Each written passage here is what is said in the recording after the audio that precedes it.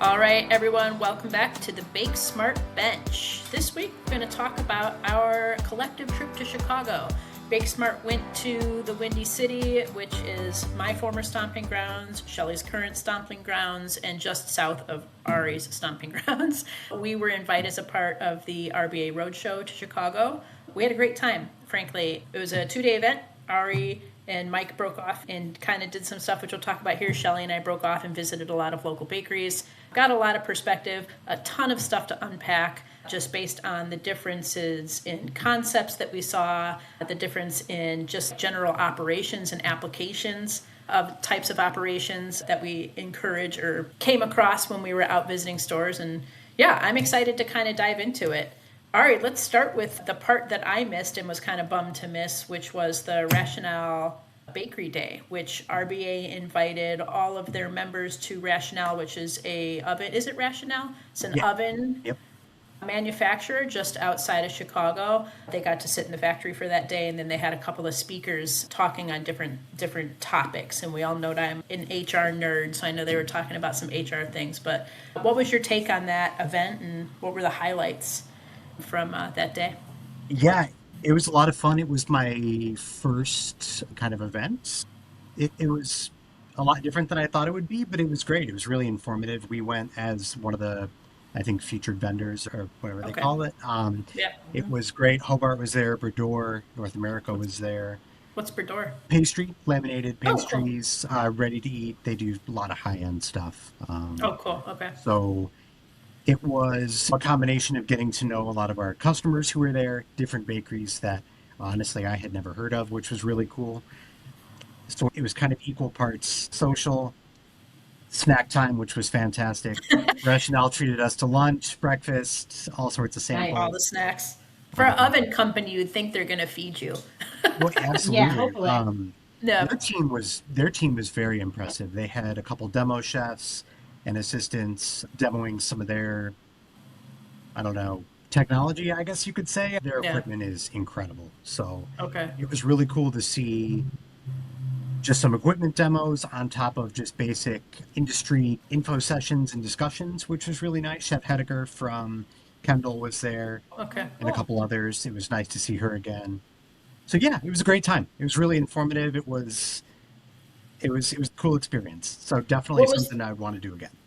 what was the biggest takeaway, the biggest thing that you learned from the sessions there, if anything, other than like their snacks were good? Because I know a good snack table when I see one. Yeah, there were some of the HR, and forgive me, I'm forgetting the name of the speaker. One of them was actually an attorney in Illinois, speaking obviously in Chicago about some of the local stuff. And there were a couple little legal things that I picked up that I actually made a note like, ooh, when I get home to Michigan, I got to look these up, you know? Right? Just Yeah. little tips and tricks that I think I gained, and that I learned that I need to increase my knowledge of the ovens and the technology that's out there now because I'm really behind. Yes, that was Sarah Quinn was her name, and There she we is go. a Chicago-based labor and employment partner Yep, at Nixon P. yep.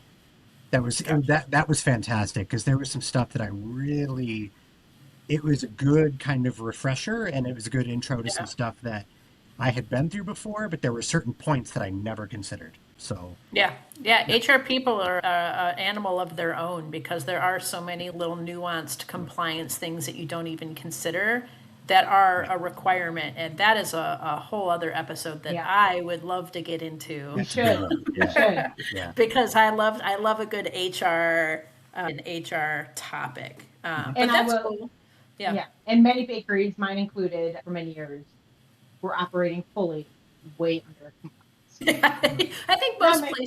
most places are. I think Ari demonstrated that in the story you told us about working as a dishwasher under something.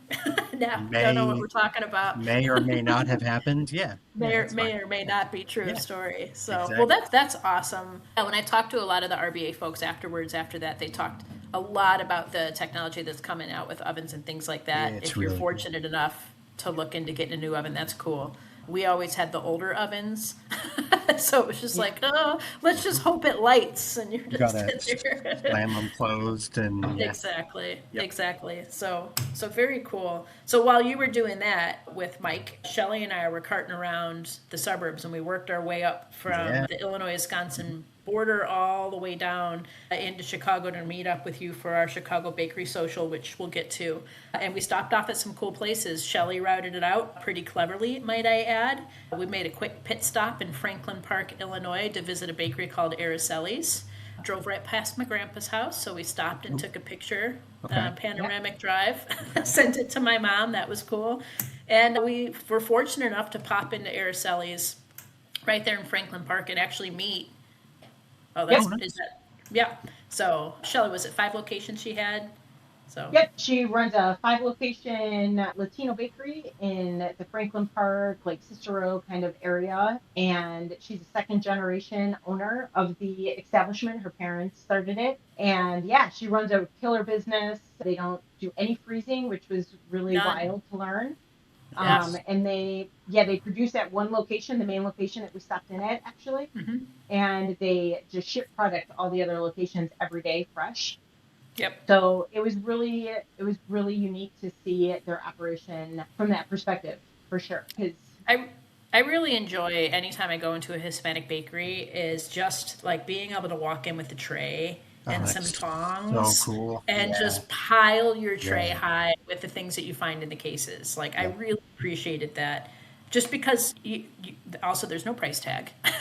So you really are just relying on your eyes That's it. to sell the product, and you just pile it on and walk up. So I'm wondering, like from a labor standpoint, from a counter sales standpoint, like that juxtaposition between the European or a traditional bakery that we have versus the Hispanic kind of traffic it's flow there. So yeah, it's interesting. Deerfield Bakery, which we didn't stop at, but is a wonderful bakery, multi-location in the suburbs just north of the city.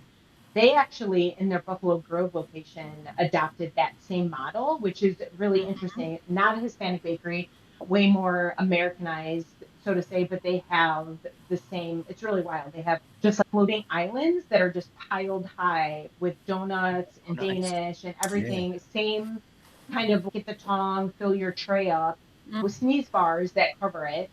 yeah. So it was really interesting to see that. I think you saw, did you see it, Heather? Have we been there together? No, but we saw it No. at that Atlanta bakery we stopped at when we were on the Oh, Atlanta yeah. Roadshow, where it was like it was an Asian bakery, And so the it was Asian like American, plant-based yeah. products, Asian American, and the same thing. You walk in and piled a tray high, which I freaking love. Don't judge me as I pick things out of your case. I'm gonna take a bite of all of these and probably several, but you don't need to tell me. Don't love give me it. that. Yeah. So yeah, that's an interesting concept. Do you think that? I want to know what their waste would be, right? Or what their kind like how would you stock for that? Probably the same, right? If you're doing pastry cases, the difference is you don't have to pay someone to load the tray for you. I was I going to don't say know. that they would offset with labor a little bit, and then you're looking at maybe averages versus a standard par kind of thing.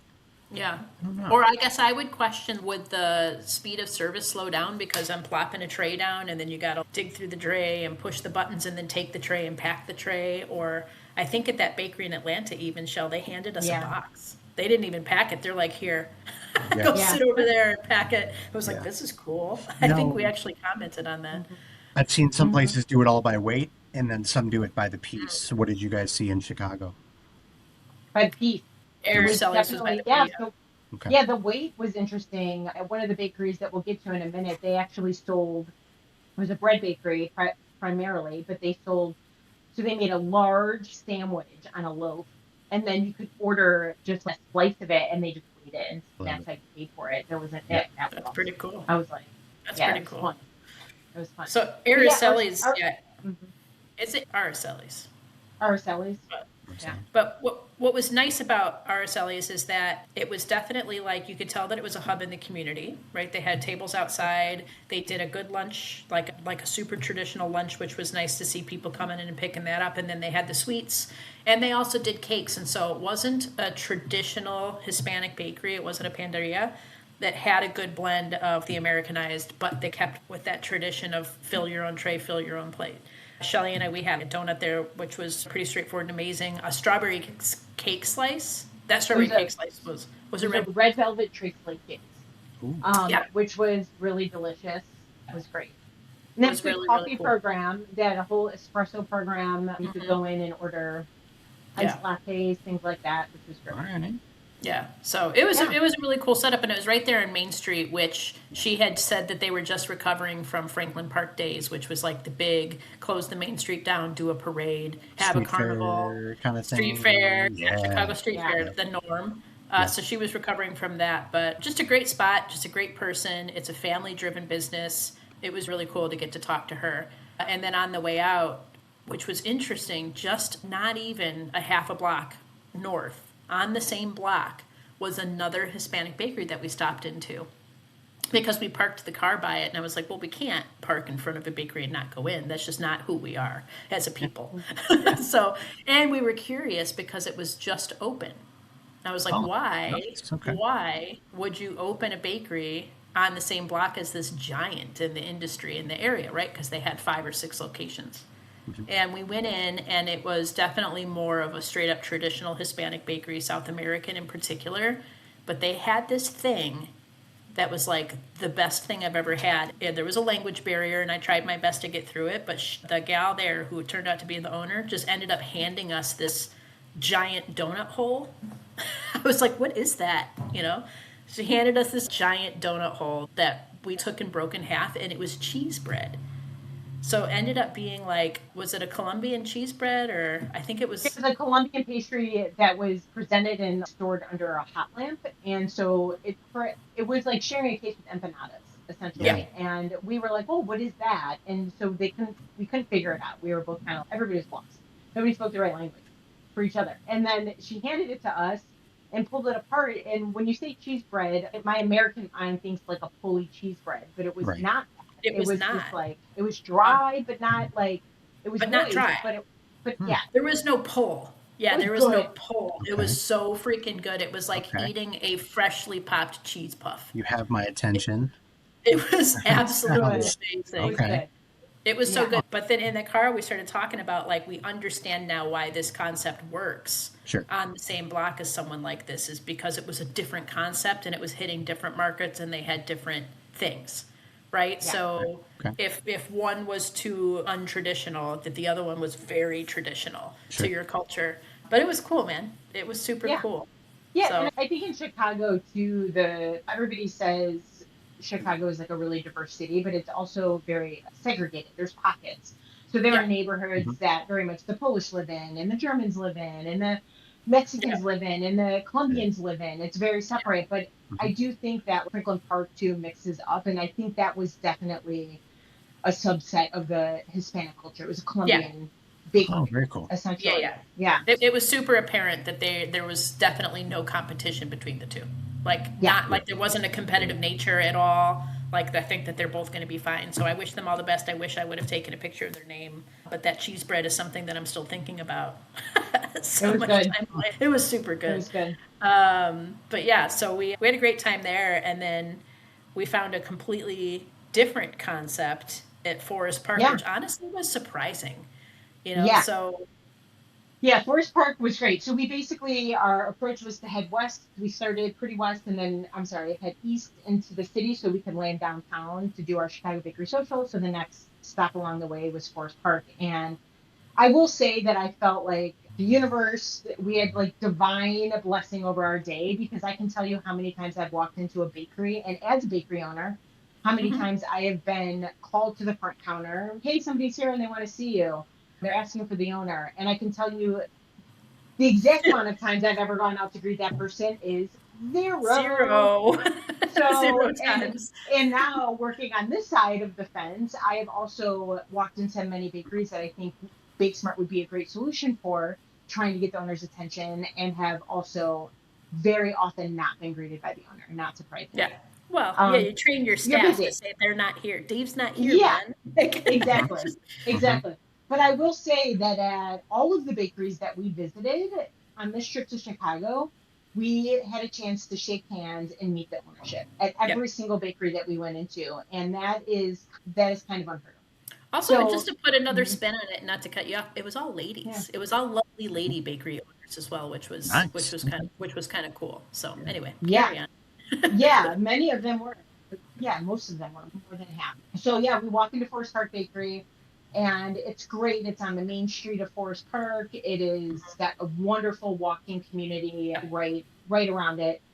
And we walked in, and their product is really cute. It's It's more of a adorable. European bakery, I would say, like style. They have danishes, they have donuts, they have breads, they have cakes, they Coffee have cakes, yeah, coffee all of cakes, that. they have a bar where you could order espresso. They also had like fresh shake lemonades. They had a really cool seating area with an Instagram wall behind them that you could take Cool. pictures and post that. Yeah, Yeah, it was wonderful. We got a chance to meet Stephanie, the owner of the shop, and what an awesome conversation Heather and I got to yeah, have with her. an Learn amazing about her time. bakery. Mm-hmm. Met her little boy, met her husband's dad. Leon. We just Mm-hmm. yeah, Leon, such a cutie. I had a great time, and we were there for 2.5 hours. We're not gonna lie. We went on a tour of the Yeah. bakery. We saw probably the oldest rotating deck oven we have ever seen ever anywhere. Yeah, It we'll was so post a picture cool. of it. If you know anything about it, let us know. We are on the hunt to understand more about this oven. But Yeah, what was really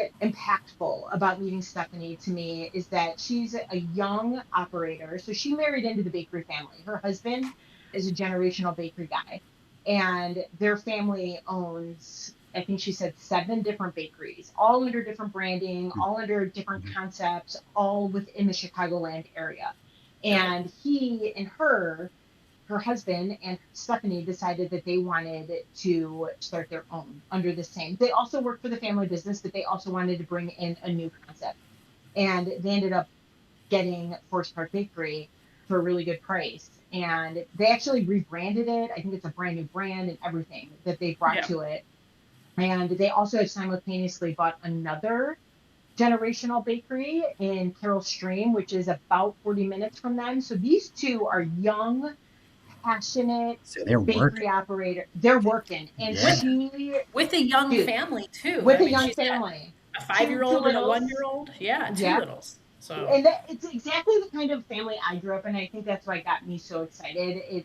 When I got to have a chance to talk to Leon, her 5-year-old, I saw myself in him literally with this iPad. We didn't have iPads back when I was 5, but just like killing the afternoon on top of the flour bags in the yeah, back hanging out on the and pack of flowers, just hanging out, walking to the bench, watching the bakers work a little bit, walking to the stealing a front, cookie. I say hi to customers, and just waiting for mom to be done so that they can go do something fun, go to the pool or whatever. So it was definitely that vibe. But what really stood out to me about Stephanie is that she is somebody that will make her, no matter what, hell or high water, that bakery's going to survive.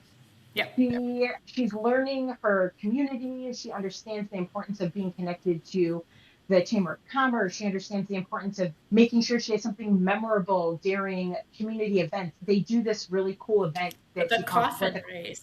the coffin. Yeah. And I was like, what's that? And she said, during Halloween, they have a competition, like a parade style competition down Main Street in Forest Park, which I will be at this year, by the way. I will go see 100%. this, where they decorate. It's like the old Matchbox car races where you Yeah, decorate a coffin, and, essentially, Yeah, that's and you cool. race it.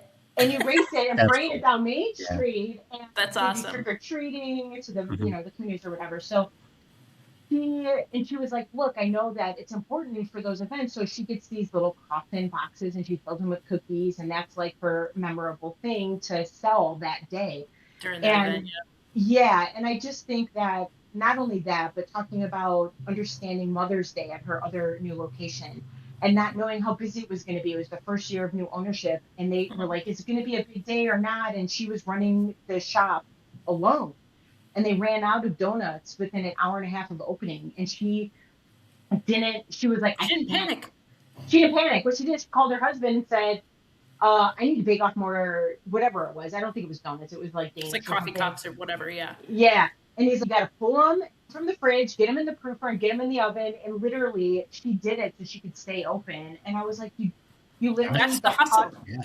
Yeah. And that's what it takes. And she was such an inspiration She was and somebody incredible. that she was incredible. So we'll definitely be in touch with her. And I think that there's tons of ways that software and technology can help leverage the success of what they're building there. Yeah. But outside of that, I just want to keep in touch with her and just keep inspiring her and encouraging her to keep And going. be inspired by her. I Yeah, definitely was. 100%. I will say that the 2.5 hours that we spent in her operation made me miss bakery. Me too. Yeah. Me Like too. I was just there, just like, man, and being in Chicago, which was like a gut punch for me, like in our old stomping grounds, cruising around with Shelly. We lived together in Chicago. We didn't Yeah. even do the math on how many decades ago that was. But Let's it not. was just such a, Yeah. no, let's not, let's not. It was such a nostalgic day. And then being able to talk to people like that who were just in it, and you're just like, man, like it was so cool to see. It was such an experience. It was. And Chicago is such a good bakery city, man. Yeah. You can't throw a stone 10 feet and Yeah, not it's hit packed. a bakery Yeah. here and there. It's packed everywhere. Yeah. And Yeah. I love that part of the city. Yeah. We miss the whole Italian. There's bakeries everywhere here. So we did end up hitting 3 that the RBA highlighted as a part of this road trip. And I wanted to unpack those a little bit because I think that they did a really good job at picking different, right? Different. So you had Verzenay, which was our first stop on day 2 of this trip, which was a French American thing, but very traditionally French, but with Indian influence and American influence. So I know that she studied in France, the owner, and then brought French pastry back to Chicago, which is where she's from, and she is from India, so she brought that influence as well. First appearances, first impressions walking up to that bakery, it was gorgeous. I loved the way they did the picture frame rails and the wainscoting and all of that on the outside. The colors were beautiful. It's like a nice aqua color, and you walk in and it just felt clean and put together and well organized and super thought out. I thought it matched that neighborhood as well. Shelley, I don't even remember what neighborhood it was in. It's West Lincoln Park, Lakeview area. It made the most sense. It made the most sense for that kind of feel. We split up. We actually got to go on a tour of that bakery, which was great with the group. I know that's always kind of hard because there was like 30 people invading their space on a closed day. But they did a couple of things that were really cool. Ari, the basement was like... Yeah, I love the basement. Yeah, that was awesome. The basement was cool. So they did all of their sheeting, their vinoiserie they did down there. And so when we went, we poked our heads down there. They had 2 people running this tabletop sheeter, which I think had 22-inch tables on it. I'm not even kidding. Which I honestly was shocked to see because the tables on my benches were like 3.5 feet long. It looked like an X-wing when it was up and put away for the night. Yeah. And I was shocked that you could get away with that. Like that you could get away with such a small table to do the level of lamination and consistency and traditional French lamination on those croissants. Yeah. Their lamination was beautiful too. Of course, samples and stuff were provided, which were fantastic. That rosemary shortbread cookie, stop it. Those shortbreads were So good. Yeah. awesome. Yeah. But no, the lamination was beautiful, and then the basement I think was an expert move masterclass. Dude, masterclass. You can Awesome. hold your humidity. You can hold your temperature. It doesn't matter if it's 100 degrees in Chicago or 22 degrees in Chicago. Like you have more consistency maybe below ground. 65 down there, and Genius. perfect. Yeah, your butter. Go ahead, Joe. It was definitely a view into how bakeries like literally squeeze the value out of the space, the footprint of the buildings that they operate in.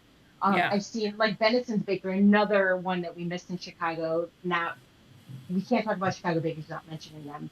But when I've gone into their bakery, they literally have a table that only is used during the holidays that they bring down and they do. I forgot what product they do on it. They have it pulled to the ceiling with a levee system. And so when you're walking a normal day around their bakery, you just are walking under this like table that's hanging from the ceiling, and it's wild. And it's their basement. Not only were they producing their best product in that basement, but they also had really great storage using great vertical space, tons of organization inside of it. It was working really hard for them.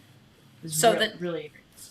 So one of the biggest takeaways that I took from them, other than their cranberry, it wasn't a cranberry, it was a cherry rosemary shortbread cookie, and their beautiful lamination in their product, was a policy that she had for working mothers. I want to get your take on this, you guys. Ari, did you hear what that policy was? So, I I'll never believe forget it. so. I'll never forget it. what was that? I'll I never was saying, forget it, first of all. refresh me on this. Okay. She found during COVID that a lot of new moms, single moms, or women with young children Hmm. really had a difficult time working because their kids can't go to school. We're in lockdown. And so she started this policy of you got a kid, come to work when you can work. As long as I open my refrigerator, my freezer, and the things that I need are there for when they need to be pulled and produced, you're fine. If you want to be hourly, you'll be hourly. If you opt for salary, then we'll do salary. You love get to choose. As long as the work that you are signed up for and applied to get done is done, I'm not going to track your hours. I'm not going to tell you when you can be here. You make your own schedule around what your children need. Mhm. And so she leaned into starting to hire mothers, working mothers, single mothers, and just establish this routine with them. And I'll tell you, when she was talking about this policy, my heart was like overcome with joy, just because that is something that I feel very strongly about. But looking around the room, I could tell that some people were having a very hard time understanding that Sweating concept a little bit. of just like, how, like, Yeah. what are you talking about? And but Yeah. it goes back to an episode we did a couple weeks back talking about the culture, right? And so now you have a culture that she's created inside her shop that is now going to ensure that she's always going to have a community of people ready to come and work for her because they understand that she understands the flexibility of what they need. She's Yep. going to have these people locked in, Mhm. doing the job and getting the work done with very little pushback, and she doesn't have to deal with the schedule, right? Yeah, there's a win-win-win there. Yeah. So, but very cool. I will say that that was probably my most favorite thing I learned in Chicago of all the bakeries outside of food and visiting these cool places was that policy there. So, which is a far cry different than some of the more corporate bakeries we went to. And we did visit one. We went to Publican, which was the last one on our trip. Mhm. Publican, and Shelly, maybe you could explain a little bit about Publican. Yeah. So, So Publican Quality Bread is one of the entities under One Off Hospitality, and they operate some pretty awesome food establishments in Chicago. Yeah. Everything from cocktail lounges to bars and restaurants, and this bread bakery is their like bakery essentially. And I love it. I love the hospitality group at large. I've had tons of friends work at it. I think it's just a really killer place to work, high quality level, what they are pumping out at every location and every concept that they actually operate. So what recent James I, Beard, right? yeah, Recent recent James James Beard winner. Beard, Nice. yep, Over. Twice over, I yeah, think. yeah. So, I'll say what I loved about that for, and I'm sure you guys can talk a little bit more about the back of house stuff that we saw there. First of all, their bread, I bought a loaf of bread and was literally almost cried when it was done because they're about an hour for me, and I will drive to get that bread again because it was a rye bread, a rye it was sourdough. so good. It was It was so so freaking freaking good. good. It was so freaking good. So yeah, Heather stayed with me while she was in Chicago, and every morning we made like after we got that bread, we were making avocado toast on it, sandwiches Oh on it. man. It was just like everything on that bread, Just please. your mom was just standing in the Mm. corner at one point, just eating the Yeah, bread out of it. It was great. It so was good. so It was good. so good. Yeah. And then as the chef, who's this very impressive what he has built and the accolades that he has been addressed with, as he's addressing the group at large after we tore through it, the CEO of One Off Hospitality, so like the person who runs this huge restaurant group, walks by and just like breaks into it and just has to take the mic essentially from him and talk just about the goodness of this person. Yeah. And to me, it was so apparent that the leadership just set the tone for what they expect, the Yeah. integrity and the quality and the culture of every single thing they do in that group, Yeah. down from whatever establishment, whatever concept you're working at. You can tell that you're going to walk in and you feel that as a customer. You do. You walk into one of their cocktail lounges and it is an experience and you feel held with white gloves and you can tell that they hold their people with white gloves. Without a So pretentiousness, mhm. though. Without a Right, right. pretentiousness, which is a really hard thing to do because you walk in to Publican, the warehouse that we were at, they still did have that small storefront, which was small, so you could tell that it was wholesale or warehouse focused for production. And just they're For like, sure. but here we are, we'll sell you our stuff. But you walk in and it was clean and it was a super up-to-date concept. Like it wasn't dated or anything like that. But then we found a Krampus sweater, which I just loved because you could tell that there's humor there, right? Krampus with a breadstick, and it was like that was the Christmas box that they made for their Panettones, so they turned it into an ugly Christmas sweater. So good. I regret not buying one. I'm going to have to get one. They allowed the chef there, the head baker there, his cookbook was out. So he was allowed to sell his cookbook through the store, which was just cool. The unsung heroes of the bakery world, the dishwashers, right? Who nobody wants to ever deal with the 80 quart and 100 quart mixing bowls, but the dishwasher has to, had a window in the dish room to outside where you can see the sun. Just the quality and attention to detail and care that they put into even building the atmosphere for people to work in.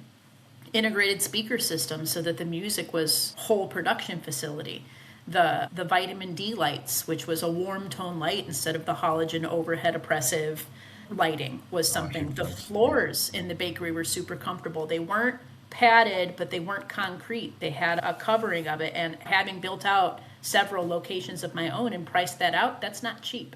So you can tell from that woman who broke in and spoke very graciously and very appreciative of that head baker. Mr. Greg Wade is his name. Greg Wade. Sorry. Okay, there you go. Yeah. We'd be a mess. So when she came in and talked about Greg, you could just tell that she appreciated him and that he appreciated her, and you could tell that there is just care for staff, which I don't know if you guys have figured out is like you will win me every time if you treat your staff well. So I don't know. It was really cool to see. I really appreciated it. Her name too, just so that we aren't going to miss by missing the names of these people. Karen Brown is the CEO of One Off Pasta. So She's wonderful. Very cool. Yeah. Wonderful woman. I think she was just on a walk too and just happened upon our group and said he's not going to speak of himself because he was so humble. I think the question was like, how do you keep everybody so motivated without the looming James Beard Award hanging over your head? Like, how do you keep everybody motivated to not panic and stress out about maintaining? And he goes, oh, that's an afterthought. We just strive every day to do good and make good bread. And I just thought that was so cool. Such a cool group. Ari, did you see anything there that you would take away from being a primarily back-of-house person that kind of struck you as different? I liked their bread loader.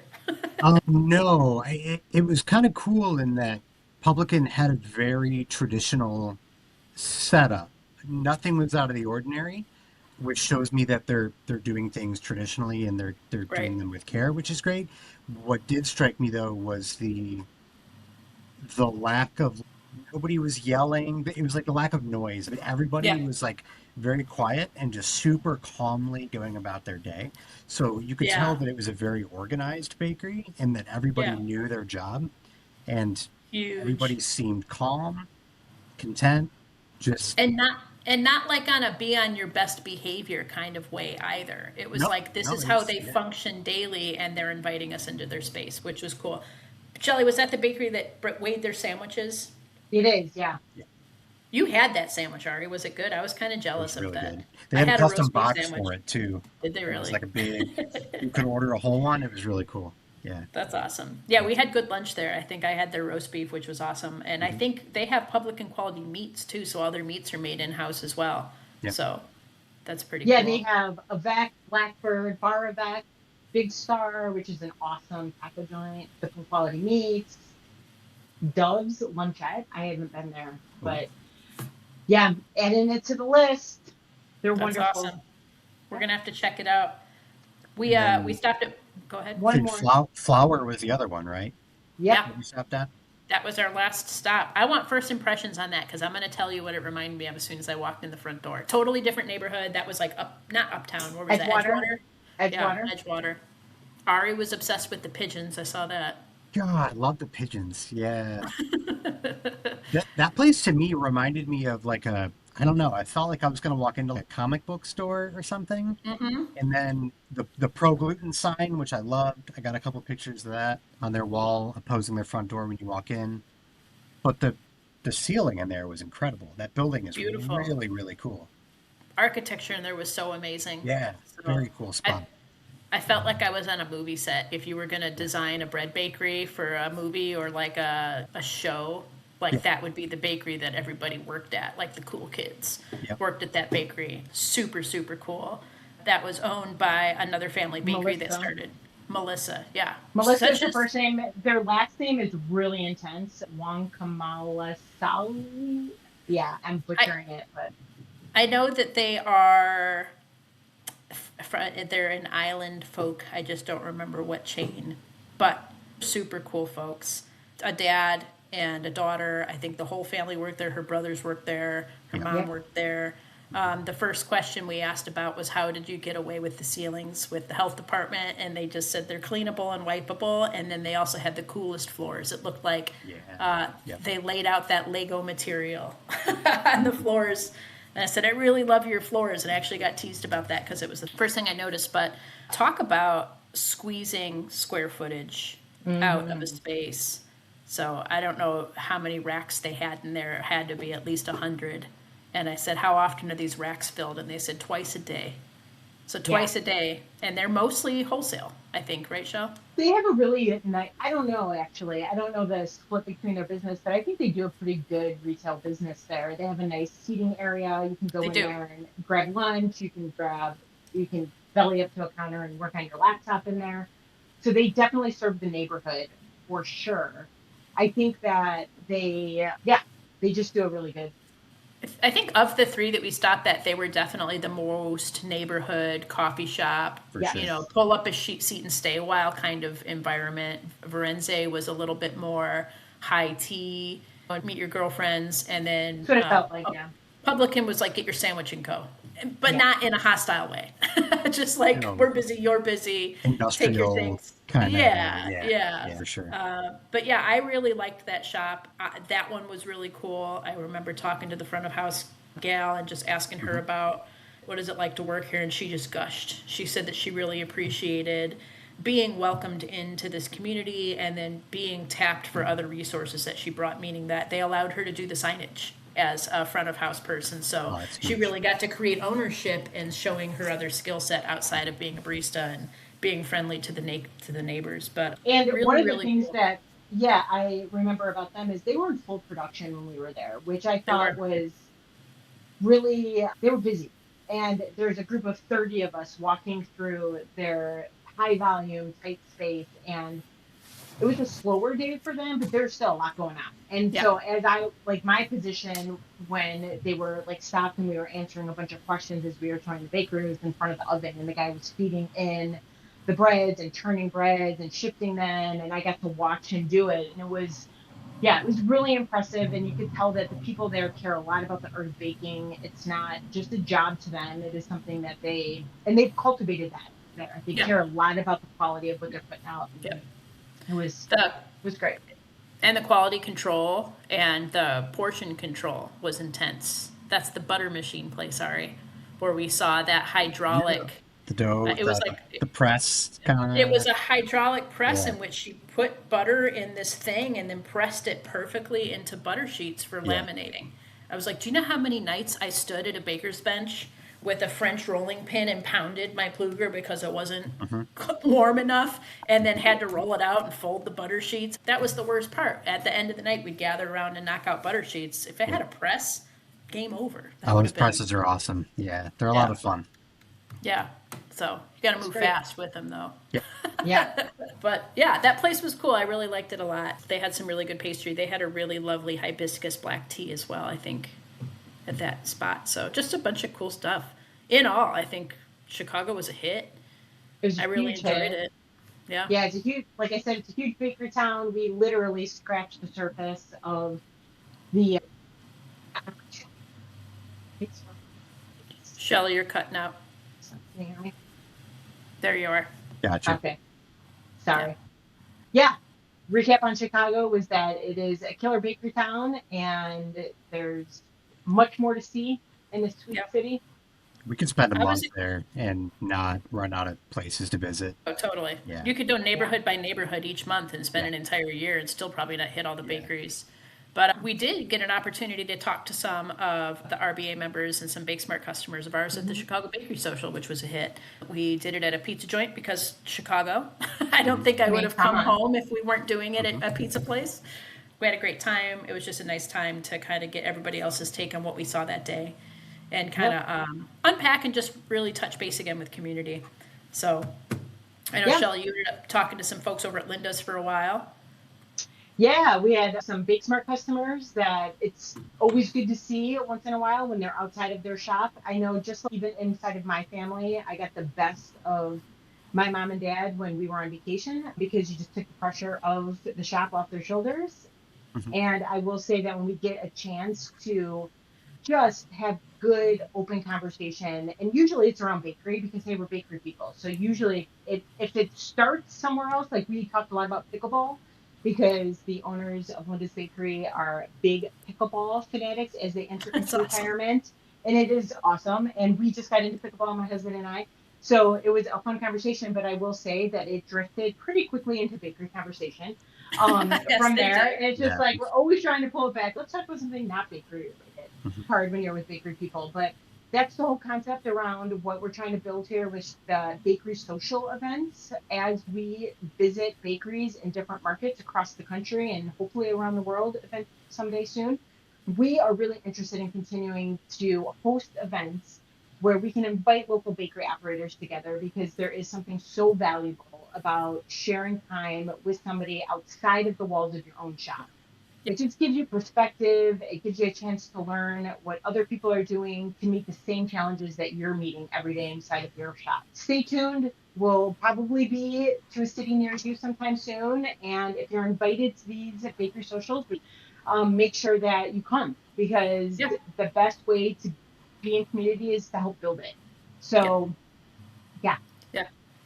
It was a great time. I really appreciated seeing Ari in person and Shelly in person. Thank you for your hospitality. Getting Mike and Jared in town as well. It was the first time that BakeSmart has been almost fully together since Yeah. September when we were at the IBIEs. I really appreciated being able to shake hands and say hello to each of you. And yeah, It's it nice was being a able it was a great time. to working remote is nice in its own way, but it's nice being able to actually See see. face. Shelley, you're See taller. how. You're taller than I thought you'd be. I was like, huh, I normally see you sitting down. Okay. I know it's funny. Like when we're on camera, the only there's it's weird. So that's why the bakery socials are so important because you can watch people on YouTube and on video all the time, but Yeah. it's just another level of humanity to be in. Yeah. It's yeah, breaks that third wall. So Yeah. sweet. I appreciate everything about that trip and I can't wait to do another one. There's rumors that we're going to be happening something in September, so stay tuned for that. If you've got a favorite bakery in Chicago, let us know. Maybe we stopped at it. If we missed a gem, let us know as well. Or if you want to invite us down and open your doors for us to come climb through your bakery and check it out, reach out, let us know. And yeah, we'll catch you guys next week. See ya.